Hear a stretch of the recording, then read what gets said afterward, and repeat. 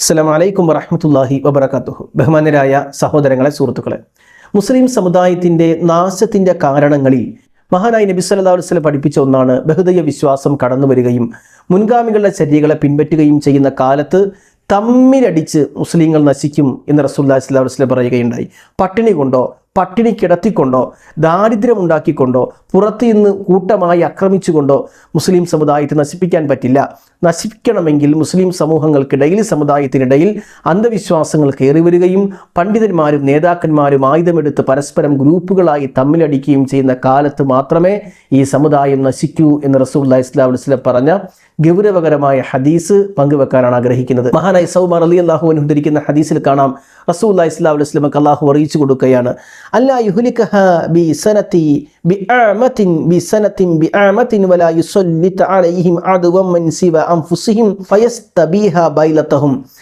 അല്ലാ യുഹ്ലികഹ, മുസ്ലിം സമുദായം നശിക്കുകയില്ല. എങ്ങനെ? പട്ടിണി കൊണ്ട് നശിക്കുകയില്ല, ദാരിദ്ര്യം കൊണ്ട് നശിക്കുകയില്ല. അതേപോലെ തന്നെ ശത്രുക്കൾ, അവരിലല്ലാത്ത ശത്രുക്കൾ വലയം ചെയ്തുകൊണ്ട് മുസ്ലിങ്ങളെ പരാജയപ്പെടുത്തുകയില്ല. മഹാനായ റസൂലുള്ളാഹി സ്വല്ലല്ലാഹു അലൈഹി വസല്ലം പിന്നീട് പറയുകയാണ്, വ ഇന്നമ അഖാഫു അല ഉമ്മത്തി അല ഇമ്മത്തൽ മുളില്ലീൻ.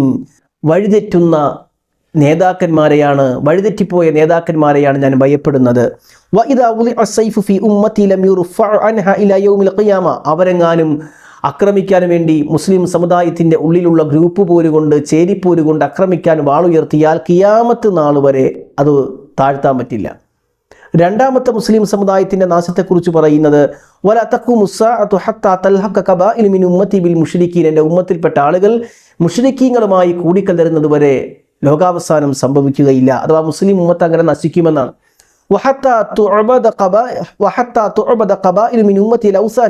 എൻ്റെ ഉമ്മത്തിൽപ്പെട്ട ആളുകൾ വിഗ്രഹങ്ങളെ ആരാധിക്കുന്നത് വരെ നശിക്കുകയില്ല, ലോകാവസാനം സംഭവിക്കുകയില്ല. അപ്പോൾ ശിർക്കൻ വിശ്വാസവും വിഗ്രഹാരാധനയും പരസ്പരമുള്ള ഗ്രൂപ്പുകളായിട്ടുള്ള അക്രമങ്ങളും മുസ്ലിം സമുദായത്തിൽ വരാതെ ലോകാവസാനിക്കില്ല എന്ന് പറഞ്ഞാൽ മുസ്ലിം സമൂഹം നശിക്കുമെന്നാണ്. നശിക്കാനുള്ള കാരണത്തെക്കുറിച്ചാണ് പ്രവാചകൻ വിവരിക്കുന്നത്.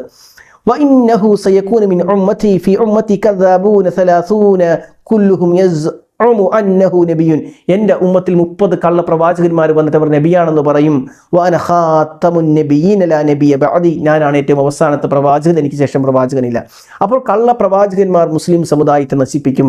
അതേപോലെ വഴിതെറ്റിയ നേതാക്കന്മാർ മുസ്ലിം സമുദായത്തിൽ കലാപങ്ങളും അക്രമങ്ങളും ഉണ്ടാക്കി അതുവഴി നശിക്കും. വിശ്വാസരംഗത്ത് ഷിർക്കും വിഗ്രഹാരാധനയും കടന്നു വന്ന് മുസ്ലിം ഉമ്മത്ത് നശിക്കും. ഇതല്ലാതെ പട്ടിണിക്കിട്ട് കൊല്ലാൻ പറ്റില്ല. അതേപോലെ കൂട്ടമായി വളഞ്ഞക്രമിച്ച് മുസ്ലിം സമുദായത്തെ നശിപ്പിക്കാൻ പറ്റില്ല. മുസ്ലിങ്ങളിൽ നിന്നുള്ള ആളുകൾ പരസ്പരം ആക്രമിക്കാതെ, പരസ്പരം ആയുധമെടുക്കാതെ മുസ്ലിം ഉമ്മത്ത് നശിക്കില്ല എന്ന് അള്ളാഹുവിൻ്റെ റസൂൽ പഠിപ്പിച്ച ഈ ഗൗരവകരമായ ഉപദേശം നമ്മളെപ്പോഴും ഓർക്കണം. അള്ളാഹു അനുഗ്രഹിക്കട്ടെ. അസ്സലാമു അലൈക്കും വറഹ്മത്തുള്ളാഹി വബറകാതുഹു.